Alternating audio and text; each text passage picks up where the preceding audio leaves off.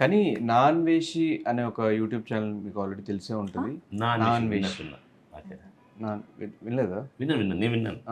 Non వేషి అనే YouTube ఛానల్లో ఆయన యూట్యూబ్ రెవెన్యూ నాకు ఒక 30 lakhs per month or 60 lakhs per month కూడా వచ్చినాయి అని చెప్పేసి 2 వీడియోస్ అయితే పెట్టడం జరిగింది. సో ఆ వ్యూవర్షిప్కి మీ వ్యూవర్షిప్కి పెద్ద డిఫరెన్స్ ఏం లేదు. మీవి 2-3 millions పోతున్నాయి, ఆయన్ని 2-3 millions పోతున్నాయి. ఆయన ఎన్ని వీడియోస్ అప్లోడ్ చేస్తున్నారు, మీరు అన్ని వీడియోస్ అప్లోడ్ చేస్తున్నారు. సో నిజంగా మీకు కూడా 30 lakhs per month వచ్చిన సందర్భాలు ఎప్పుడైనా వచ్చే సందర్భాలు సందర్భాలు ఉన్నాయి నిజంగా. అంటే మా పాప సారీ ఫంక్షన్ టైంలో పాప సారీ ఫంక్షన్ మంత్లో వచ్చాయి, మా గృహప్రవేశం టైంలో వచ్చాయి. గృహప్రవేశం దాని తర్వాత ఇంకా అండ్ అది ఓన్లీ వ్యూస్ వల్లే కాదు, కొలాబ్స్ కూడా కలిపి. ఓకే, ఓన్లీ వ్యూస్ వల్ల మంచి అమౌంట్ అండ్ విత్ కొలాబ్స్ ఉంటుంది. మేము ప్రతి వీడియో కొలాబ్ మళ్ళీ చెప్తాను, ఆ టైంలో వచ్చిన దానికి మేము ఇంటి అడ్వాన్స్ కట్టుకొని కొత్త ఇల్లు తీసుకున్నాం. అలా అది మేము చాలా వీడియోస్ మా వీడియోస్ లో కూడా చెప్పాము. సో దీనివల్ల నాకు రెవెన్యూ రావడం వల్ల కేవలం మీ వల్ల నేను ఇంటి అడ్వాన్స్ మేము కట్టుకొని మేము కొత్త ఇంట్లోకి అడుగు పెడుతున్నాం అని మా ఆడియన్స్ థ్యాంక్స్ కూడా చెప్పుకున్నాం వీడియో. Super super. అంటే ఆ మంత్ లో ఆ ఇన్కమ్ జస్ట్ డౌన్ పేమెంట్ కింద కట్టి తీసుకున్నాం. కానీ మీ ఇద్దరు ఒకటే ఫీల్డ్లో ఉంటూ యూట్యూబ్లో ఎక్కడ కూడా మీ ఇద్దరు గొడవ పడిన సందర్భాలు లేవు, కోపంగా మాట్లాడుకున్న సందర్భాలు లేవు, మీ గురించి ఎక్కడ నేను బయట వినింది లేదు, అసలు మీ ఇద్దరు గొడవ కదా? మొగుడు పిల్లలన్నాక గిల్లి కజ్జాలు బోల్డ్ ఉంటాయండి. మేము ఇంకోటి అసలు లేస్తే ముందు వచ్చారు, నేను లేట్ వచ్చారు, ఇప్పుడు ఏంటి లేట్ అంటే వస్తున్నానండి. బట్ గొడవ కదన్నమాట, మా మాట్లాడే స్లాంగ్ అది. స్లాంగ్ శివని ఆగవే అది క్వైట్ కామన్. ఇంట్లో ఇప్పుడు అక్క చెల్లెలు కొట్టుకుంటారా, అన్నదమ్ములు దాని గొడవలు అంటారా?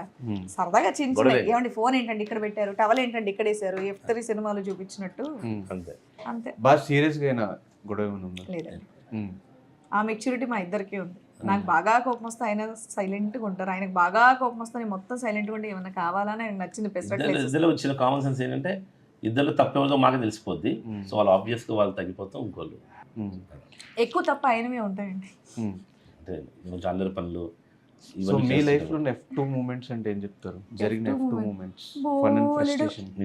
నిజంగా పాపం నా వల్ల నందిని వల్ల తనకి కొంచెం ఫ్రస్ట్రేషన్, కానీ నాకైతే నా లైఫ్ పని నాకే. నా లైఫ్ చిన్నప్పటి నుంచి ఎలా అయితే లీడ్ చేస్తానో ఇప్పటికీ అలా లీడ్ చేస్తున్నాను, నా చివరి బ్రెత్ వరకు కూడా అలానే లీడ్ చేస్తాను. బికాస్ అంత మంచి వైఫ్ నాకు దొరికిందని నేను సెలెక్ట్ చేసుకున్నా. అదో ఇలాంటి మస్తు అయితే మాకు లేపుకెళ్ళి పెళ్లి చేసుకున్నారు. ఆ ఫ్యాంటసీ ఏంటి? మీరు ఇంట్లో అప్పుడు సన్నగా ఉండేది, అందుకు లేపలేదు, ఇప్పుడైతే లేపలేదు అనమాట. మీరు కూడా అప్పుడు సన్నగా ఉన్నారు, ఇప్పుడు లావయ్యారుగా సరిపోయింది. ఆ లేపుకెళ్ళడం కాదు, ఆమెను లేపుకెళ్ళి పెళ్లి చేసుకున్నారు. అయితే ఎస్, అది డెఫినెట్గా అది ఆయన కొంటె పనుల్లో ఒక పని తెలుసా అండి. అది ఇంట్లో చెప్పేసి ఒప్పేసుకునే వాళ్ళు కదా.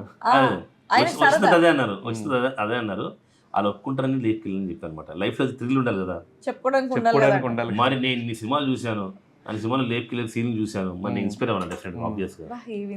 అడిగిన వెంటనే మీరు ఎందుకు వచ్చేసారు? ఆయన అడిగారు కాబట్టి వెళ్ళిపోయాను. ఎస్, ఇంట్లో అడగండి ఒప్పించండి అని చెప్పచ్చు. ఆ టైంలో హిట్ సీరియల్ చేస్తుంది హీరోయిన్ గా, అయినా వచ్చింది బాబా ఏం తెలియదు. అంటే విక్రమ్ ప్రొడ్యూసర్ ఎవరో కాదండి, మన మహేష్ బాబు గారి సిస్టర్ మంజుల గారు. ఆవిడ అప్లోడ్ సో నిజం చెప్తా, ఆవిడకి నేను కానీ శివన్ కానీ లైఫ్ లాంగ్ సారీ చెప్పుకుంటూనే ఉంటాం అనమాట ఆ విషయం. అవును, అంటే ఆ టైంలో తెలియని టైంలో చేసినటువంటి 17 years లో ఏం మెచ్యూరిటీ ఉంటుందని మీరు అడిగారు. నాకు చిన్నప్పటి నుంచి పరిచయం. అసలు ఇండస్ట్రీకి రావడానికి రీజనే మా వారు. నా 12 years కి నేను సినీ రంజని మనోరంజని అనే ప్రోగ్రామ్ వచ్చేసాను నేను. అప్పటి నుంచి ఇప్పటి వరకు బ్యాక్ టు బ్యాక్ వర్క్ చేస్తూనే ఉన్నాం. ఇది నాకు చిన్నప్పటి నుండి పరిచయం కాబట్టి ఏముంది మన వాళ్ళే కదా అన్న ఫీలింగ్ ఉన్నాం. మా ఇద్దరికి 7 years గ్యాప్ యాక్చువల్గా.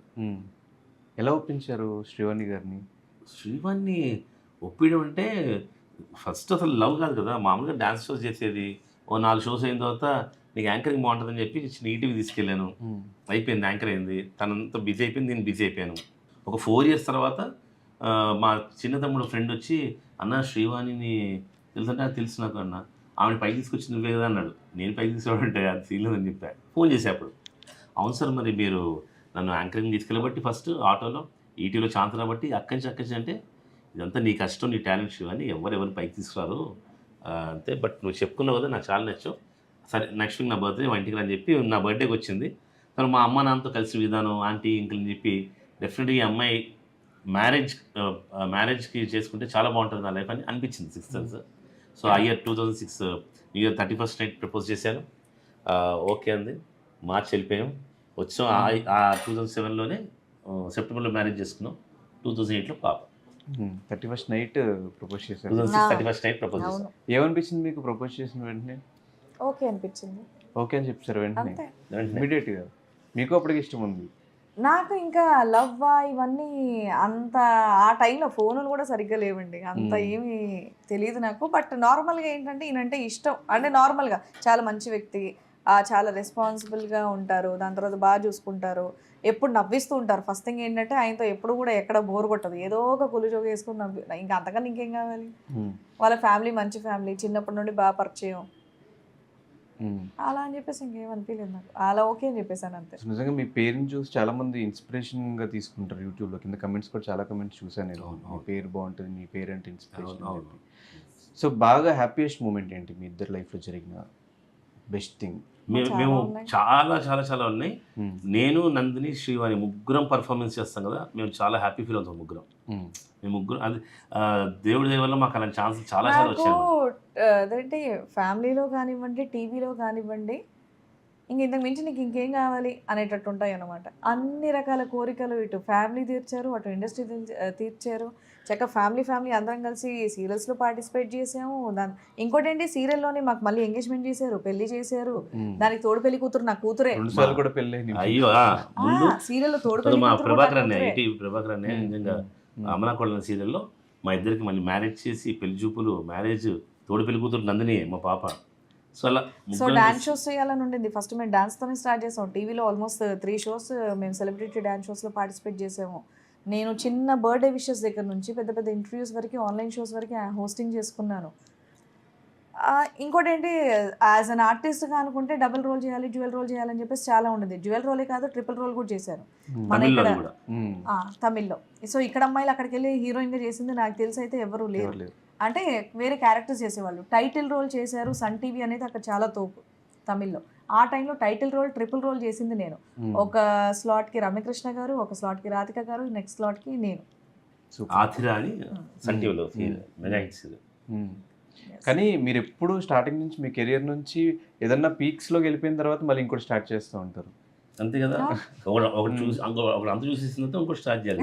అంటే పీక్స్ లో ఉన్నదాన్ని ఇంకా పీక్స్ తీసుకెళ్లే ఛాన్సెస్ ఉంటాయి. సినిమాలు స్టార్ట్ చేశారు, సినిమాలు చేసేవాళ్ళు, సినిమాలు చేశారు, కొన్ని సినిమాలు చేశారు. సినిమాలో సెకండ్ హీరోయిన్ కూడా చేసింది, prema.com అని.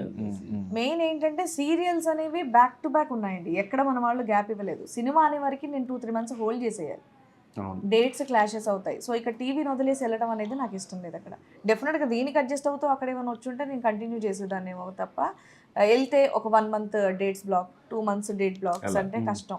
ఎప్పుడు 2-3 సీరియల్స్తో బిజీగా ఉండేవాళ్ళం మేము. చాలా మందికి ఎండ్ ఆఫ్ ది డే సినిమాలోనే కనిపించాలి అన్న ఒక మైండ్ సెట్ ఉంటుంది కదా. టీవీ వాళ్ళే నన్ను హీరోయిన్ గా చూస్తున్నప్పుడు మళ్ళీ సినిమా వరకు ఎందుకండి వెళ్ళాలి అని నా ఉద్దేశం. సినిమా ఆడియన్స్ వేరు. ఇదంతా కరెక్ట్ గా ఒక 7-8 years బ్యాక్ ఉండేది. ఇప్పుడు యువ సామ్రాట్ నాగార్జున టీవీ యాంకర్ అయ్యారు కదా లాజిక్ గా చూసుకుంటే. సో డెఫినెట్ గా ఇప్పుడు టీవీకి సినిమాకి కొలమానం ఏం లేదు, అన్ని ఒకటే. అప్పటి గురించే మాట్లాడుతున్నాను, ఆ టైంలోనే మాట్లాడుతున్నాను. ఆ టైంలో 3 సీరియల్స్, 2 యాంకరింగ్ షోస్, ఈవెంట్స్ మొత్తం. అంటే మనకు నెలకు 30 రోజులు ఉంటే నేను 90 రోజులు బిజీగా ఉండేదాన్ని. నేను బ్యాక్ టు బ్యాక్ ఈవెంట్స్ ఇలా. మళ్ళీ మేము షో ప్రొడ్యూస్ చేసాం జెమినీలో కబడ్డీ అని. సో ఇంత హ్యాపీగా లీడ్ చేస్తున్నారు మీరు. అంటే చాలామంది లేచిపోయి వచ్చేసారంటే ఒక బాధగా వస్తారు. మీరు హ్యాపీగా వచ్చేసి నాకు ఫ్యామిలీయే లేరు, మా ఫాదర్ ఉన్నాడు లేదు నాకు తెలియదు, ఇలాంటి స్టేట్మెంట్స్ ఇవ్వడానికి రీజన్ ఏంటి? స్టేట్మెంట్స్ ఏం కాదండి, అది రియలే కాబట్టి చెప్పాను. నేను మీకు ఇందాక మా వారి విషయంలో అడిగితే నేను మీకు చెప్పాను, చాలా రెస్పాన్సిబుల్గా ఉంటారు, చక్కగా నవ్విస్తూ ఉంటారు, జాగ్రత్తగా చూసుకుంటారు. ఇవన్నీ కూడా నేను చెప్పింది ఏంటంటే నాకు మా ఇంట్లో మా ఫాదర్ నుంచి అది దొరకలేదు కాబట్టి, మా వారి దగ్గర అవన్నీ ఉన్నాయి కాబట్టి నాకు నచ్చారు. కానీ ఇప్పటికీ మాట్లాడలేదు ఫాదర్తో? మాట్లాడతామండి. ఒక ఇర్రెస్పాన్సిబుల్ ఇప్పుడు ఈ ఏజ్లో ఆయన అనడం అనేది కరెక్ట్ కాదు. నాకు ఈ వయసు వచ్చిన తర్వాత కూడా నేను చెప్పడం కరెక్ట్ కాదు. మీరు అడిగారు కాబట్టి చెప్తున్నాను. ఒక ఇర్రెస్పాన్సిబుల్ ఫాదర్ అంతే. ఇది చాలా మంది ఆ అమ్మాయిలు వాళ్ళ ఫాదర్స్ గురించి చెప్పే ఉంటారు కదా, అలాంటిది. అంతే అంటే నేను ఇంకోటి ఏంటంటే, గొడవలు, మా ఇంట్లో కొట్లాటలు ఏం లేవు. ఐదో అమ్మాయిని కాబట్టి నాకు ఆయన నుంచి ఎటువంటి లవ్ కానీ, కేర్ కానివ్వండి, ఎటువంటి రెస్పాన్సిబిలిటీ నా విషయంలో తీసుకోవడం లాంటిది ఏమీ లేదు. కాబట్టి నా వర్షన్లో నాకు నచ్చలేదు అంతే. అందరి తిని fathers ఇంటర్ దాకా ని చదివింది, ఇప్పుడు దాకా తిని రిపోర్ట్ కార్డులో ఒక సంతకం కూడా అయింది మా లేదు. స్కూల్కి వచ్చింది లేదు, నా రిపోర్ట్ కార్డులో సైన్ మీ ఉన్నది ఫీజు లేదు, ఎంత అడిగింది లేదు, అడిగింది లంచ్ లేదు, బాక్స్ నన్ను తీసుకురా బయటికి తీసుకెళ్ళింది లేదు, నా బర్త్డే రోజు నా నోట్లో ఒక స్వీట్ పెట్టింది లేదు, పక్కన కూర్చొని ఏంటమ్మా అని మాట్లాడింది లేదు. డెఫినెట్గా ప్రతి అమ్మాయికి వాళ్ళ ఫాదర్ నుంచి ఆ లవ్ అనేది ఎక్స్పెక్ట్ చేస్తారు. నాకు అది లేదు కాబట్టి నేను అలా చెప్తాను అంతే. అంటే మీ ఒక్కరికే లేదా మిగతా నలుగురు వాళ్ళకి అదొక తెలియదు. పెద్ద స్టోరీలే అండి. అదే చెప్తాను, నేను లాస్ట్ అమ్మాయిని కొడుకు పుట్టాలి అనే ప్లేస్లో అమ్మాయిని పుట్టాను కదా, ఇంకా డెఫినెట్గా అలాగే ఉంది. ఇంకా పాత స్టైల్లో ఆ టైప్లో అంతే.